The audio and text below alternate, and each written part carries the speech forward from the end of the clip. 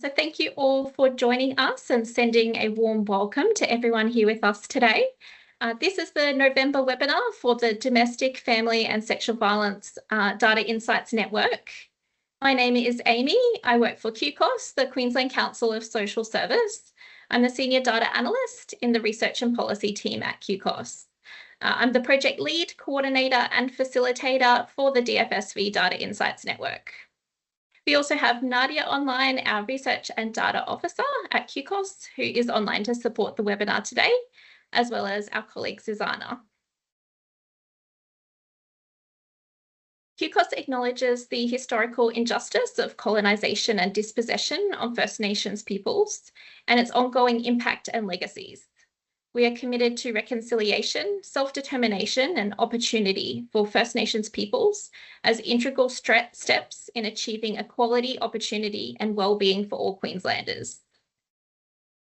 I'm joining you from Meanjin in Brisbane and would respectfully acknowledge the Yagara and Turrbal people and all First Nations colleagues and friends online in the webinar today.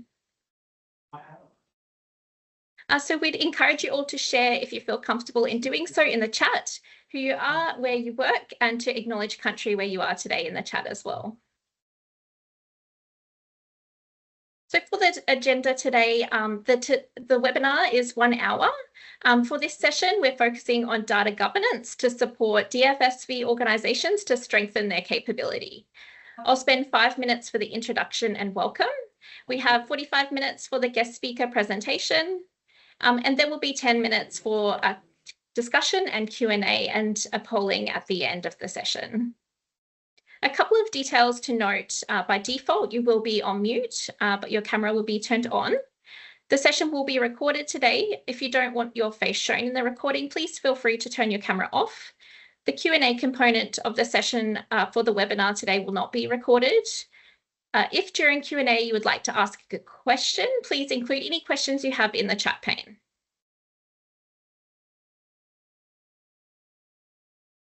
QCOSS is Queensland's peak body for the social service sector. Our vision is to achieve equality, opportunity and wellbeing for all Queenslanders. The Queensland Government has funded QCOSS to deliver activities that aim to build and strengthen the data capability for DFSV services staff and DFSV organisations, and internally within the department. This initiative also extends to sexual violence services and to services working across women's health, prevention, early intervention, crisis response and recovery. QCOSS acknowledges the impact of domestic, family and sexual violence on individuals, families and communities. We pay respects to those who did not survive and to their family members and friends. We acknowledge and celebrate the work, strength and courage of the domestic, family and sexual violence sector, the outcomes that have already been achieved, and to all of those that are part of this journey now. As a network, these discussions focus on domestic, family and sexual violence. The presentation components of the session will be recorded, so if you need to step away, you're more than welcome to come back to watch the session at a later time. If you do find yourself in need of support, please reach out to your EAP, supervisor or support service, such as the ones we've listed on the slides. So the purpose of the DFSV Data Insights Network is to improve the data maturity of the DFSV service sector to ensure there's an understanding of and commitment to the benefits of adopting an insights-driven approach, ensure sector uptake of resources, and provide support across the DFSV service sector to enable service responses that are underpinned by integration, robust information, and evidence-based practice. And to enable the DFSV service sector to be positioned to enact people, process, and system changes as required through business readiness and data strategy support. A reminder that the guiding values of the network are collaboration, transparency, a safe place to ask difficult questions, confidentiality, peer support, and innovation. The network adopts a strengths-based participatory focus that leverages, draws on, and values current knowledge, expertise, and capabilities that exist within the sector. Monthly webinars offer guest speakers and discussion on a range of topics to strengthen and uplift data capability in the DFSV services sector. The network fosters and facilitates two-way learning, where DFSV services can share current practices and processes on how they use data to improve outcomes for their clients, as well as the network sharing resources and data capability uplift strategies, ideas, and tips back to DFSV services to improve their practice. So over the webinar series, we've learned more about the value of data and data quality, data maturity, and systems, standards, and good data documentation practice. I'm now going to provide a brief overview of the DFSV Data Insights resources that are available for this initiative. So we have a website page where you can find out more about the DFSV Data Insights initiative. On this page, there's also a terms of reference for the network. We'll share the links to the website along with other resources for you in the chat pane. We also have a Community Door Resources Hub page where you can access previous webinar recordings and resources for the DFSV Data Insights initiative. You can read our guide to managers to speak about the DFSV Data Insights initiative and share with your teams. We also have approval to share 2 draft documents for the purpose of information sharing, further feedback, and education and training. So these are the draft DFSV Service Sector Data Governance Framework and the draft DFSV Service Sector Data Quality Strategy. So these documents were the focus for our network webinar in June on uplifting your data quality, governance, and strategy.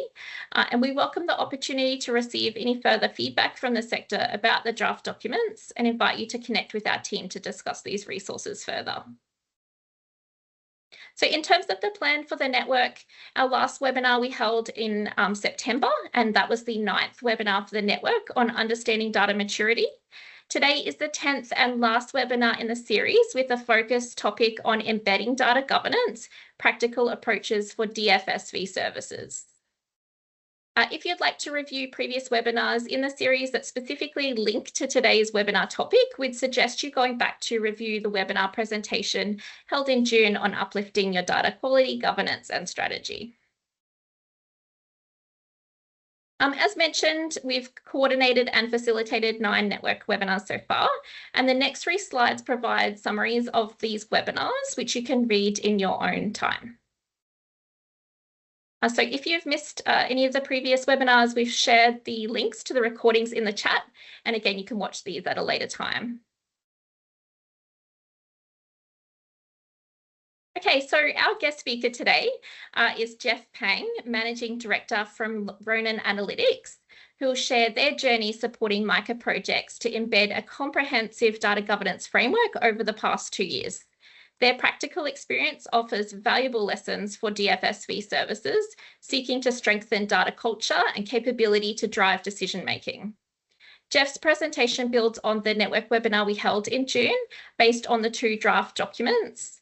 And so whether you're just starting your data journey or looking to enhance your existing capabilities, these documents can provide really valuable insights and practical frameworks and strategies to guide and strengthen the use of data within your organization. So please reach out to our team if you have not yet received the draft documents. It's important to note that the documents are not government policy yet, and feedback on the documents are still welcome. We heard from participants in the June webinar that they would really like further support on understanding the purpose and content in the draft data governance framework. So today we are diving deeper into data governance specifically and learning ideas from sector examples on how the draft documents can be implemented in practice. So with that, I will stop sharing my screen and hand it over to Jeff. Thank you, Jeff, for being here with us today. We really appreciate you joining us. Thanks, Amy. Welcome, everyone. Today, it's an honor today to actually be presenting on our journey with Micah Projects regarding to embedding data governance. So first of all, I'll just share my screen with my presentation. So in terms of just a bit about myself, I am the Managing Director of Ronan Analytics. I So my background is I started off in data analytics probably about 25 years ago, and that started with the Australian Bureau of Statistics, where I had the privilege of working there for more than a decade and had experience with many collection areas. But the area that I really enjoyed was client services, and the reason why was because I was able to assist a lot of organizations, whether they're government or whether they're private, with their data requirements. And that's where I actually learned the importance of data governance and data quality, and really about making sure that we had good foundations for that. From that, I actually went on to work with Queensland Government, where I actually became where I was a former director for systems performance with child safety and disability services and community services, and it's there where I actually really started my data governance journey in probably the early 2000, mid 2000, sorry, and that's where we really developed priorities around roles and responsibilities, and that was a really rewarding and but at the same time a challenging project to be able to work with various areas within child safety, from your data collection to your systems area. And so that was something where from there I was able to really get an understanding of what are the real key fundamentals of an effective data governance program. From there, I actually then went on to start my own my own agency called Ronan Analytics. And so with Ronan Analytics, we specialize in data strategy, governance, analytics, and digital transformation. We partner with health and community services and government organizations to help them manage, govern, and use data effectively to improve outcomes and accountability.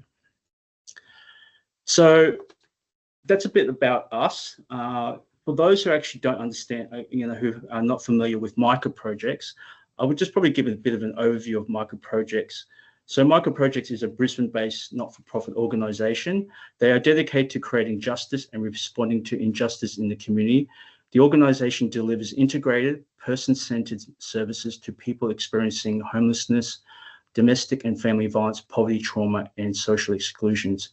Its programs span housing, homelessness support, domestic violence services, inclusive health partnerships, and family and child wellbeing. Guided by housing first and trauma-informed care principles, Micah Projects partners with government, healthcare, and community agencies to ensure safety, dignity, and inclusion for all.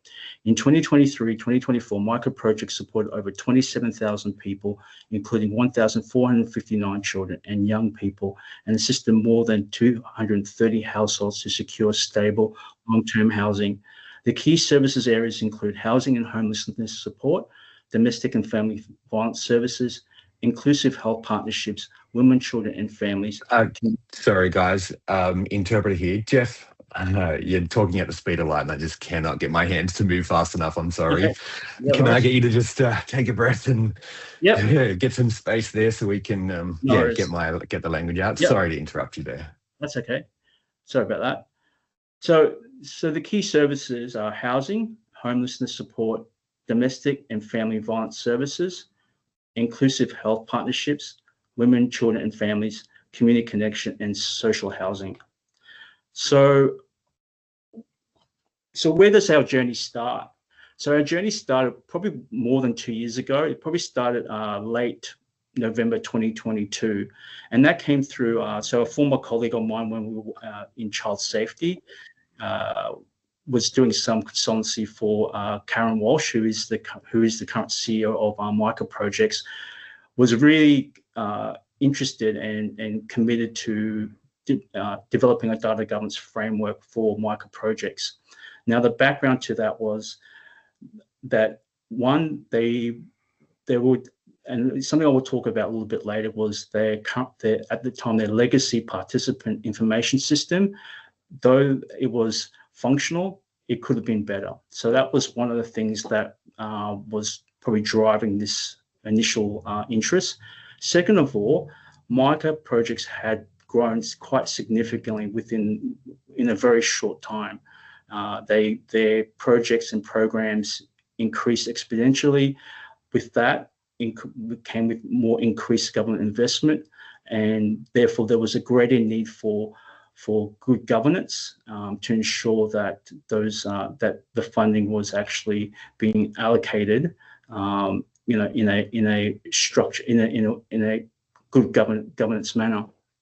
So in 2022 we started the journey with a simple 12-week, what we call a data discovery review, and that basically, and what I'll do is I'll go through the project timeline quickly just to give you a flavour of some of the key milestones. So in 2022 we started our data discovery review and governance maturity assessment, and then in February early 2023 we then undertook a data governance policy and framework development, which really took quite a significant time in terms of developing that. And then in April 2023, we provided the results of all our findings at their annual leadership forum. And from that, we got feedback, and then we were able to then continue with the further development of the data governance framework, and more importantly, the establishment of a data governance committee or group in March 2023. And then from there, we actually did systems review, and then in September, which then moved, then in 2024, we then started doing some business process mapping, and moving on to April, we started to really embed data governance KPI within the actual framework. And then in pretty much in October 24 to 25, we then started the implementation of a new system, which we will talk about a little bit later. So hopefully that gives you a bit of the high level view of our journey with Micah Projects. So I guess for those who actually don't know what data governance is, and obviously there's been some material, but just briefly to touch on it, data governance is the way an organization makes sure its data is managed properly, meaning it is accurate, secure, consistent, and used responsibly. It includes the policies, roles, and processes that decide who can access which data, how data should be stored and protected, and how data is kept reliable and up to date. So why does it matter? Well, the four main areas is around trusted decisions, so that we have consistent definitions and good quality. Second of is around efficiency, faster access, clearer ownership, and less rework. The third one's around risk reduction in terms of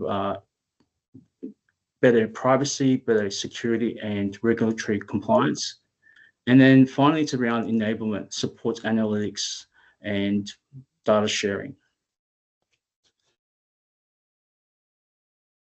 So I'll just talk about the data discovery review as highlighted in our time frame. And so that really was the key component of that 12-week review was basically us implementing a data governance survey, which I'll actually will then, we've got a bit of a dashboard which I'll actually showcase, and we can go through some of the high-level findings. And so through this data discovery, it was a really working with the various teams within Micah Projects, and the team that we really focus upon, and I believe that Emily Douglas, who's the previous presenter from the data and performance team, that team was the team that we really focus our initial engagement to really understand all the various data processes, the systems, to really get that starting point. Now, as part of any good data governance projects that we've been part of, particularly, it's always important to bring everyone on the journey, and that's really important to ensure. And thankfully, and it was real, and we had that support from Karen from the very beginning. She was very keen for every Micah Projects team member to be able to contribute and to have an opportunity to provide their feedback at this data discovery phase. So I'll just move on to the actual data governance survey. So the survey we ran there were basically 52 questions grouped by 6 data governance domains. What I'll do is actually I'll share my dashboard.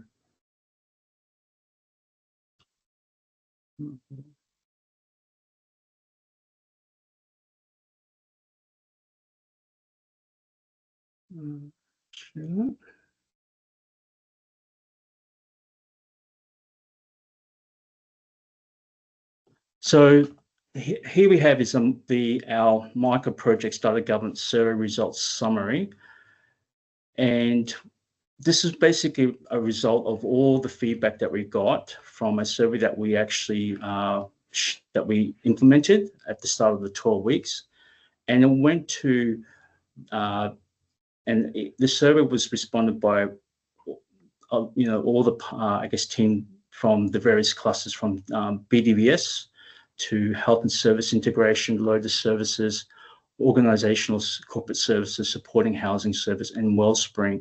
So, and we got a really a great feedback in terms of the results. Now, on the first report, so there are 7 reports, but I'll just quickly give a bit of a high-level overview of the first one. So the first one is basically the results by domain.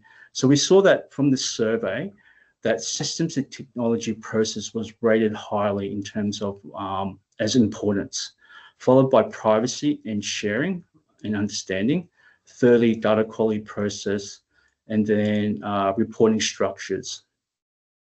So one of the key themes was, 2 main key themes was around systems, the current systems that they were using at the time, and second of all, around data quality processes. And so we're going to the second report, and I think there is a link in the chat, which feel free to actually click on it and explore, have a look at this this dashboard. Now, most data governance reviews or processes will review some type of, I guess, data governance maturity assessment. So there's various diagnostic tools out there, but for us, we tend to work with a survey, and our goal is to try and capture more of the qualitative information that you'll see a little bit later. So the second report, is around just the question, breaking down the questions. So and just being able to allow the senior leadership group to be able to look at, in more detail some of the key issues regarding data governance. So, and it's really a Likert scale in terms of whether you agree or disagree. So, for example, do you agree that you have a clear understanding of organizational-wide data and how it is used? And so that would be, whether you agree or disagree. So this third slide was really important, and the question that we asked was, what is Micah Projects well around data governance? So one of the things that when we go into any data governance review or process, is that we take a position where a lot of organizations are doing things really well, but it's about them putting into a framework, but more importantly, it's identifying gaps of where improvements can be made, because it's so important when you're coming in is not to take a negative approach to data governance. Say, well, you haven't got this, you haven't got that. It's more about look at the positives, look at the investment that all organizations make regarding data quality reporting. So we take that position and make sure that that's actually part of our analysis. So the things that are doing well. So, for example, some of the things that that are doing well, back when we did the survey at the start in late 2022, was there is a process of log system issues, phone, tablets, and other assets are managed well. So, and there was more clearer data reporting at that time. Though it could be better, it was improving. And then we actually have to the right here, comments. And so that's really important for us to be able to contextualize those issues, those, I guess, key issues that are, that are doing well. So the fourth slide is, so moving from, I guess, a place of, well, what are you doing really well in terms of micro projects, in terms of data governance? What are the areas that we could actually focus as part of, this data governance framework? Once again, I want to stress that the thing that that's really important is to bring everyone on the journey, and that's really critical. And so that's something that is one of the key takings from our data discovery phase. So some of the areas that micro projects could focus on in terms of from the server is around training, so more consistent training and more regular training. The second one was the one that we really, really honed on a bit more, was that there was too many data systems that were being used, and that's something that's not uncommon for any organizations, particularly from my background in child safety. We had many systems, and it's about, well, what is that single source of truth? And if there are many systems that are used for reporting, then sometimes it can be very challenging to create a framework that actually can, really address those multiple systems. In terms of, there was also a bit of a lack of understanding in terms of internal reporting and the reasons why. So why are we doing, so a lot of the times, a lot of organizations, particularly in health and community services, they are asked to, as part of their funding requirements, to please, collect this data, for their quarterly or annual reports for the funding agencies. But the frontline workers or team members who are actually responsible for collecting that information, sometimes there could be a gap, in terms of, and the common feedback or comment that we got is, I don't know, why are we collecting this information? It's, my job is to provide frontline service delivery, but I'm spending my time filling out reports. So that is a really common feedback, not just within Micah, but in a lot of organizations that we work with. And so here we did is to show a bit of the comparisons from the survey. We were able to compare with the various cluster groups, and to be able to show, I guess, a high level indicative in terms of where the gaps are in terms of maturity. I use the word maturity loosely in this regards, but it just showed that where I guess should we focus our priority when it comes to developing a data governance framework at a more business unit, or in Micah's case, a cluster level phase.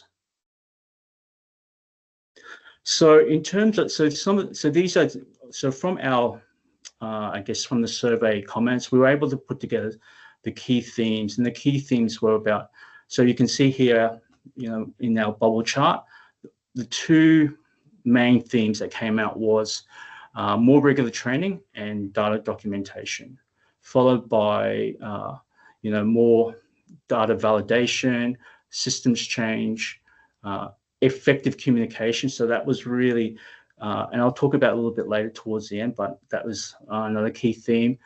And and obviously the one that we really honed on is also clear advice on job roles and responsibilities. So this is another cluster comparison. So hopefully that, so that for us, that was really important to do this, to spend a bit of time to collect the data or information, because 9 out of 10 times there's an automatic reaction to, oh, well, not the thing you do with this actually just, well, there's a data governance framework, we implement it, and we use a standard approach. Now, one of the key things and once again, this is Ronan Analytics experience with, and my experience with other agencies, that you start off with a standard template or standard approach, but 9 out of 10 times, the journey that you go through, by the end of that journey, you will end up with a more customized, more fitted framework for your organization. And that's really important.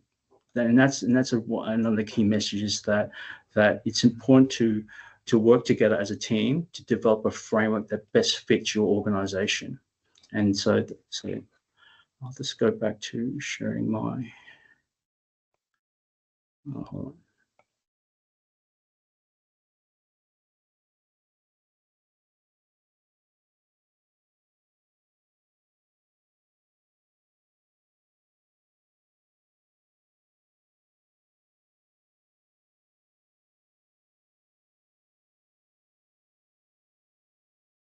So once we actually finished the survey, we presented those results to their senior leadership group, and that's basically, and their senior leadership group comprised of mainly their cluster leaders, representatives from organizational services, obviously with Karen being present, and then was really just going through the dashboard and basically showing those key findings. Now, one of the things then we did from that was be able to then share that dashboard with everyone within Micah Projects. So everyone had the chance to look at the results, ask questions, but more importantly, as part of the effective communication response was each team leader was able to have those discussions at their weekly meetings with their team to say, well, what did you think, particularly with the those results pertaining to their own clusters, and to validate that and to provide feedback back to the cluster leader to bring back to the leadership meeting.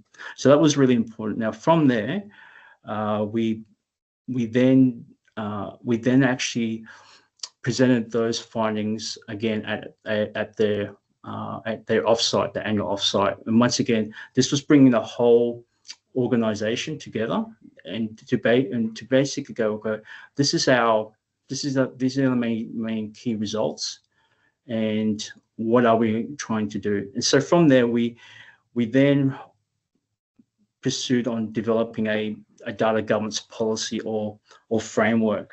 And so that's a policy and a framework at the same time.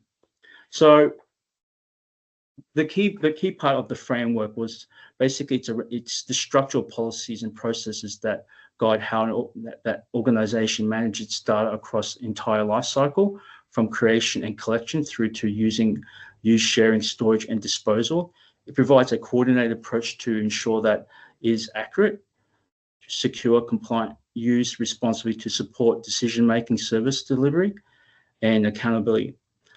And the framework, more importantly, brings together people, processes, and technology under a shared set of principles and standards, treating data as a strategic asset. Now, within the data, and I'll probably just briefly, because you probably have gone, you probably do have some understanding of what some of the key components of a framework is. So, but some of the, just briefly, are in terms of the governance structure, roles. When we talk about roles, we're talking about data owners, custodians, stewards, data users, data governance group for oversight. Then we look at, then another component is around policies and standards, processes and procedures. We look at data lifecycle management, and what that means by that is basically governance from creation to archival and secure of data. Then it's around, it also must cover things like compliance and risk, so alignment with legal and ethical and contractual requirements. And then finally, and more importantly, is around that culture and capability around data literacy, accountability, and ethical use across teams. Now, that's really important. So it was one of the key focus for us, is that the framework is about embedding a new culture. So it's not about inventing data governance, as though it is driven by that, but really it's about transforming Micah Projects and implementing and embedding a new data governance culture. So that's really important around that. In terms of, and with the data governance framework, we started off with three main domains, and now there are many, different types of data governance models out there. But for us, we wanted to keep it fairly simple and pragmatic. So we really talked about people, processes, systems, or technology. So those are the three main domains, and then we basically created subdomains within those. And so that was something that we also presented, in terms of, and I'll show you. I guess it's a very simple model, but we presented that to at the leadership forum, or the offsite, when we shared the survey results, because it is important for everyone to conceptualize, well, what does that framework look like? Now, the second part is, as we were developing the data governance framework, one of the key requirements from Karen at the time was, well, we need to develop a data governance policy. And so once again, just briefly, a data governance policy is a formal document that defines how an organization manages its data to secure it, to ensure it is accurate, secure, and used responsibly. It establishes the principles, rules, and responsibilities that guide the collection, storage, sharing, and use of data across the organization. The policy forms the foundation of the broader data governance framework, providing clear direction for staff, management, and partners on how data should be handled in alignment with legal, ethical, organizational standards. So some of the core elements of the data governance policy is around purpose and scope, principles, so things around accountability, integrity, privacy, and transparency, roles and responsibilities. So that is really, so when we were developing the data governance policy, there was a lot of debate, and there still is to this day, in terms of, and not just debate, but just discussion, I should say, around, specific duties of a data owner, custodian, stewards, and users. So if you're an organization that is not familiar with those terminologies, then it is important to be able to work in terms of, well, how are those roles and responsibilities, how do they actually play out, or how are they implemented within your organization under the new framework?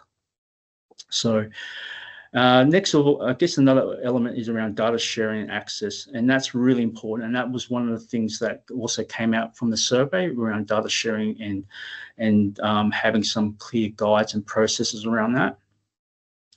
So those were the two key, in phase two, those were the two key, I guess, artifacts. And those two are always they're always continue being developed.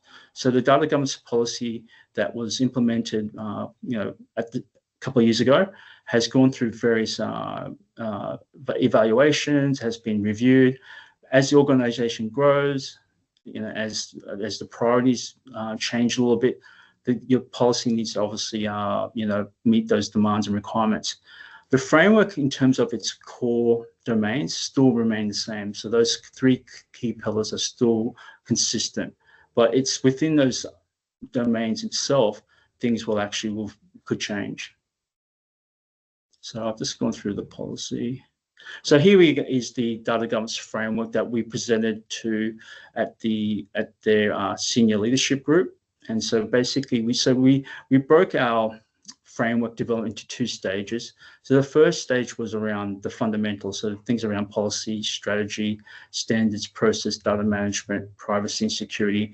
We categorized that under process. In terms of people, we looked at roles and responsibilities. We also developed a data governance group or committee, which I'll actually talk about in this here, in terms of the importance of a data governance group and committee. Now, a data governance group or committee, and I'll just define it, is basically it's a formal committee that oversees how data is managed, protected, and used within an organization. It ensures that data-related decisions are consistent, transparent, and aligned with the organization's strategy, the legislation, and ethical standards. This group brings together representatives from leadership, ICT, program delivery, and compliance areas.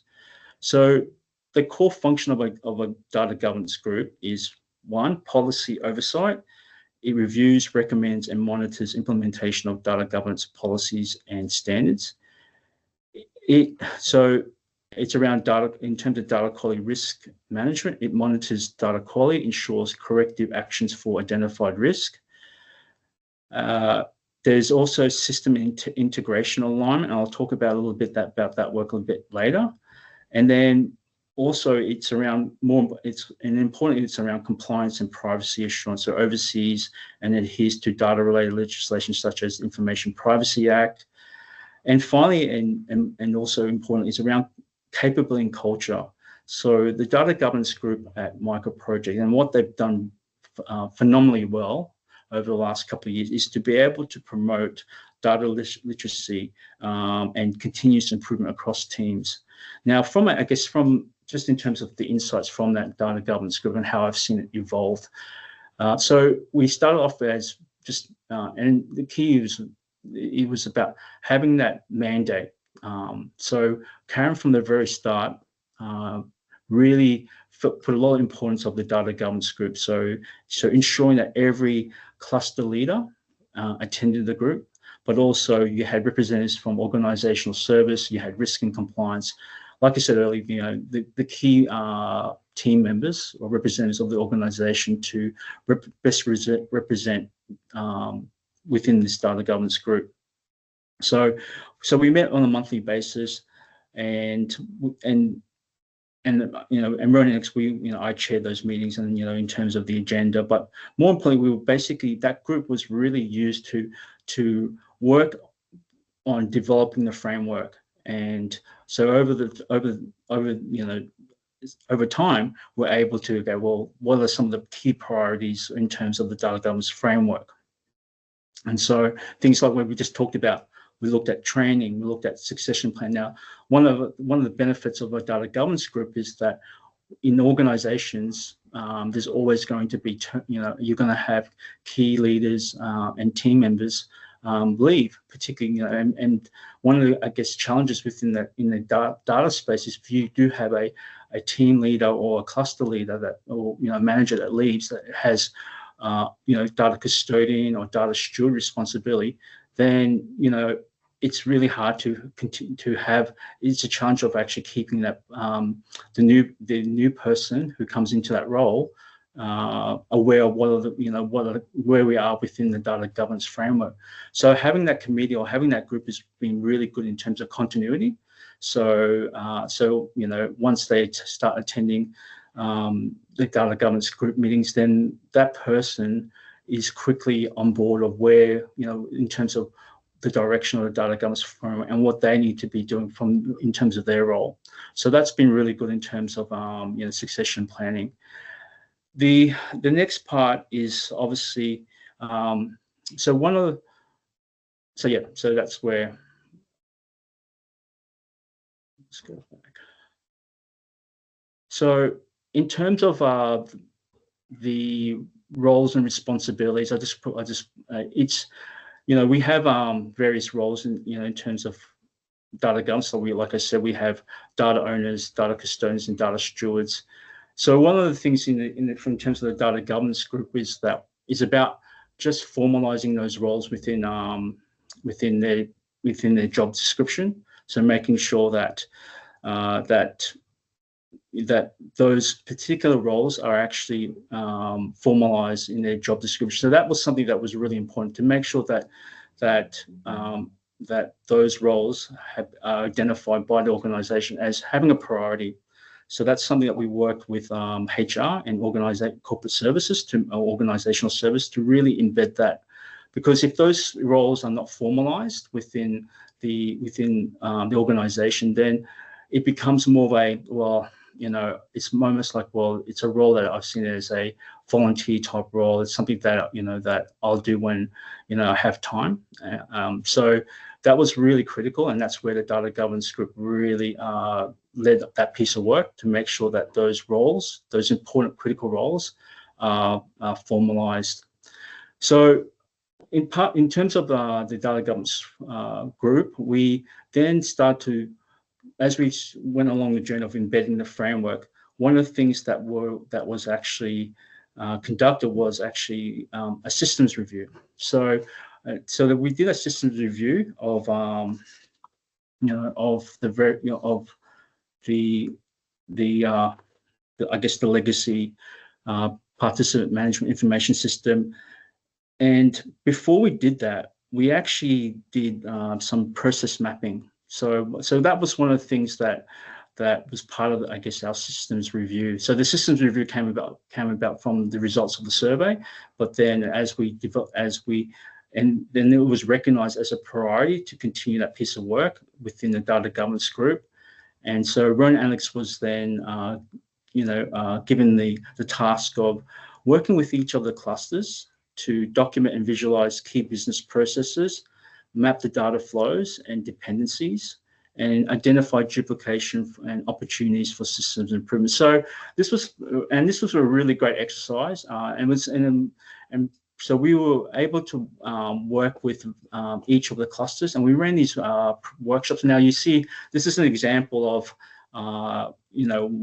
so we went very old school, and what I mean by old school, we used plenty of butcher's paper and the whiteboard and post-it notes, and we basically asked each team to look at their processes.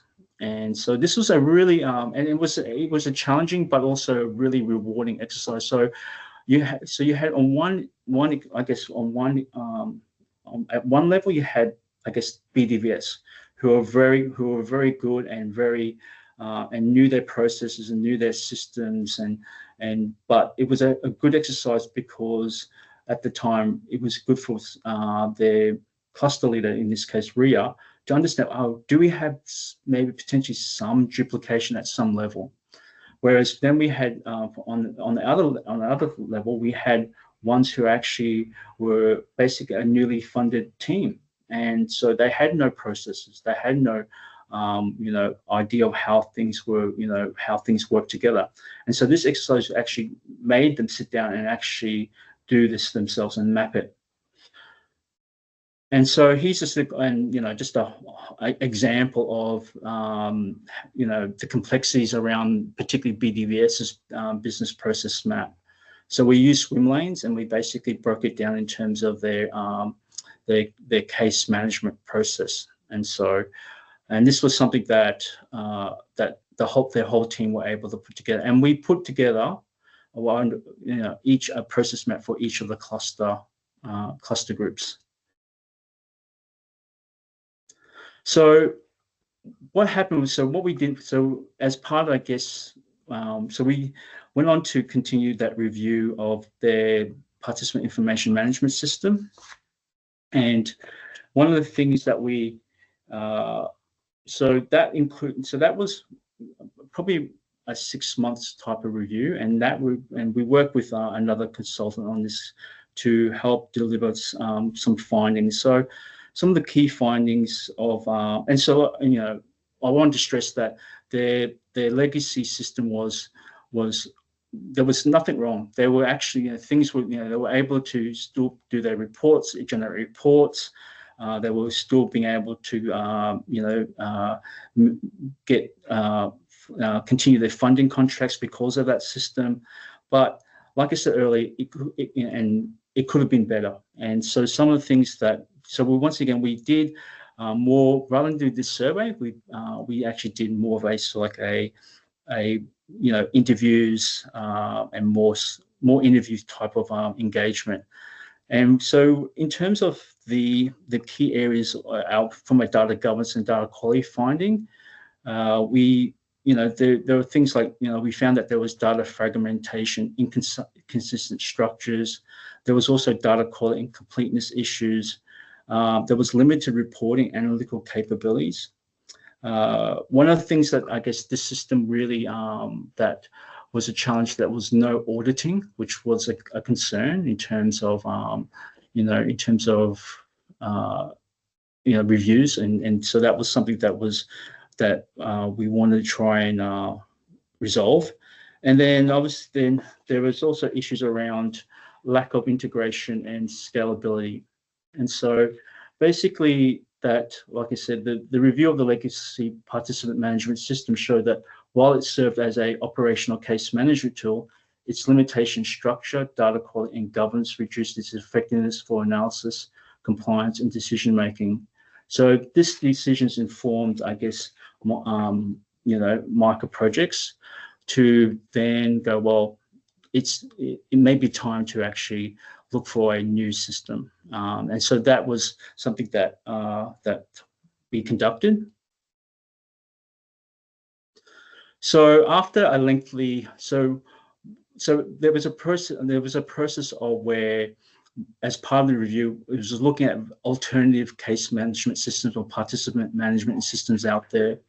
The one that actually fit the purpose, and ultimately Micah Projects decided upon was CSNet. Now, just briefly, CSNet, or community service is a secure cloud-based client information case management system built specifically for community, health, and human services organisation, and it's developed in Australia. I think that the head office is in Brisbane itself. CSNet enables organisations to collect, manage, analyse, report on client service data in one integrated platform, supporting both operational efficiency and outcomes and management. So our role was to then, so once it was decided to go with this new system, Karen had decided that she wanted, I guess, all her, cluster leaders and team managers, team leaders to focus on providing the support in terms of implementation. So this is where Ronan Analytics, myself, and a few other team members were given the task of assisting with the project management of the new systems, the implementation of the system. And this is where I guess our previous work in the business process mapping really helped, in terms of the initial architecture of the build of CSNet, to be able to have some process maps to provide back to CSNet to give them an idea of, their data processes and how, each cluster actually operated, was really helpful in terms of the project management. So in terms, I guess, so I'll just keep on, in terms of the implementation. So the implementation went from late October, well, probably started maybe even January this year, and we went live, or they went live around August. So in terms of, it's been, and overall it has been a successful implementation. Obviously, there are still lots of I guess, continued development issues and bedding down. And one of the key parts of the implementation is around of a new system is around training, so change management. So that's been quite important, and that's something that they focus on.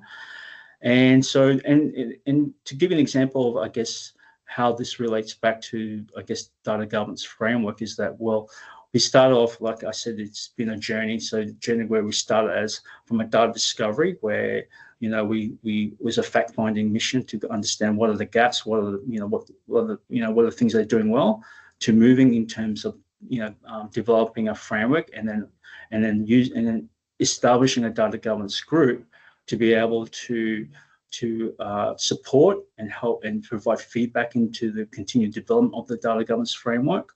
And then move on to then a decision around a new system, and that requires significant investment, commitment, resources.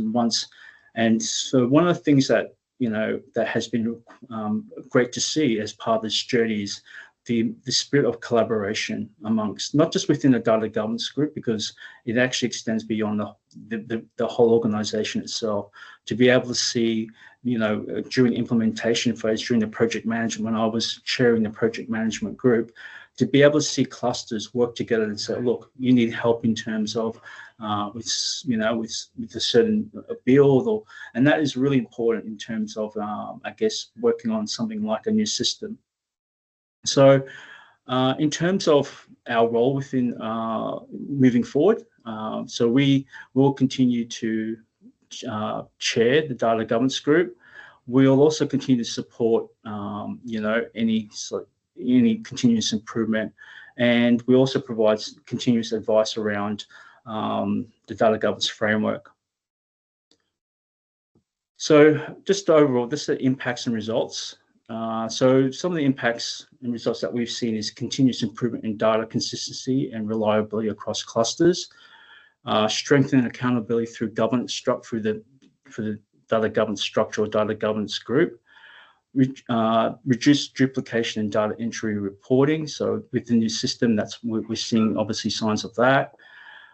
Successful implement of a new participant management system, CSNet, and then basically more important is around just, and this comes back to enhance, around the cultures, making sure that that we enhancing organization confidence around decision making. So after, I guess, 2 to 3 years of this journey, what are some of the key learnings and some of the things that that I personally have taken away from being, I guess, involved in embedding a data governance framework for Micah Projects? So early assessment is key to target realistic improvement. So like I said, without that initial data discovery phase, which included a organizational wide survey, we wouldn't have been able to really focus on these key issues. Second of all is around the collaboration between clusters. So there are, and a good example is that you had various clusters that had very good knowledge around data governance, data quality, process mapping, very technically driven, as opposed to other clusters that that didn't have that. So once again, it was important not to leave any of those teams or groups behind. So this is why this journey took 2 to 3 years. It wasn't something that we set out to do. It was something that we didn't start the data governance framework and say, well, we got to do this within 2 years. It was organic. It was something that just evolved under the principle that we didn't leave anyone behind, and we made sure that that all areas understood their importance and their contribution and roles to the data governance framework. Thirdly, strong executive sponsorship accelerates adoption. This is one of the key things within with the data governance framework, not just with Micah Projects, but particularly when I was back in child safety, community services, and disability. If you have a CEO or board that actually is fully committed in the long term, and I keep stress the word long term investment, and it is an investment in data governance, embedding a data governance framework for your organization, then that will definitely accelerate the adoption exponentially. Fourthly, embedding governance into daily practice ensures long-term. Yes, and this takes time. This is something that I think if when you're working with any organizations, particularly in community services, like I said, the focus is on delivering frontline services, but it's about once you start embedding that data governance culture, then you'll and more important, and also having that training will really increase and ensure long-term sustainability. And finally, it's around, I guess the key learning is continuous learning improvement underpins success. So when we started this journey, we obviously had a high-level roadmap, but together we actually succeeded, and we made, we also achieved a lot of great, milestones. But at the same time, there are times where there were setbacks. There were things that there were, I guess, conversations and dare I say, disagreements on the way forward. But this is where coming together and working together in terms of a common focus regarding data governance benefits and outcomes has really ensured that that continuous learning and improvement continues. So in terms of the next steps, obviously it's important to continue to embed data governance practices across Micah Projects, and that's just through continuous training. And second of all is around, and the one that I guess we want to focus on is around enhancing data literacy and stewardship training. So data stewardship is one of the key, I guess, operational focuses, and if you don't come from that data background, then it can be a challenge. So we want to make sure that those who have those data stewardship roles within Micah Projects is supported and has access to that training. The third one's around, obviously, with, there's obviously the challenges and opportunities, dare I say, also is around AI. So one of the things is that, and this is something that we do need to focus on is, data governance for AI. And so obviously there are many benefits with AI within community service, but also there's a lot of challenges and risk with AI if we don't actually put good data governance around that. So that's something I know that I feel that Micah will need to prioritize at some point. And then obviously finally it's just making sure that we are doing regular reviews of the data governance framework. So yeah, I think that's pretty much that's our journey today. Thank you so much, Jeff. We've just had to let participants know today that we will be going a little bit over time, but we really appreciate your presentation. I believe the interpreter services have had to leave today. I've just got a few last slides to go through, and we might ask people if they have any questions, please ask them in the chat, and we can follow up with participants after the session as well. So if I'll just share my screen, if you're happy to stay online for the next 5 minutes, that would be wonderful. And again, we'll follow up any additional questions that participants have. So I just, again, wanted to say thank you for your presentation, and to add to what Jeff has been saying, and also to connect back to the draft DFSV Service Sector Data Governance Framework. So we've also added some reflections here, and again, your key learnings were really wonderful to reflect back on as well. So please feel free to add your own reflections in the chat if anyone has any too.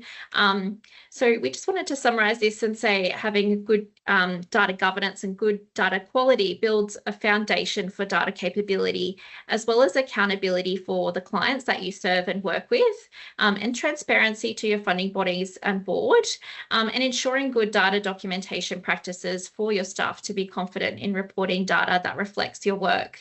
And so the benefits of having good data governance and data quality include supporting service provision, effectiveness and outcomes, evidence-based analytics, accurate reporting, and legislative compliance. And so the draft data governance framework aims to address and guide and remediate some of the data governance issues experienced by the sector. And it's a great starting point and guide to help support DFSV organisations think about data governance within their organisation. And so, yeah, I think your presentation today, Jeff, has really outlined the example of how to progress and implement data governance in action. So thank you for sharing that journey with us. My reflections were on the importance of effective communication, so taking everyone on that data governance journey and working together to understand the needs within each organisation. And you noted some of the challenges the sector faces to address, multiple data systems and integration with those data systems, and understanding the reasons why data governance is important. You also emphasise the training and data documentation and roles and responsibilities and importance of that work.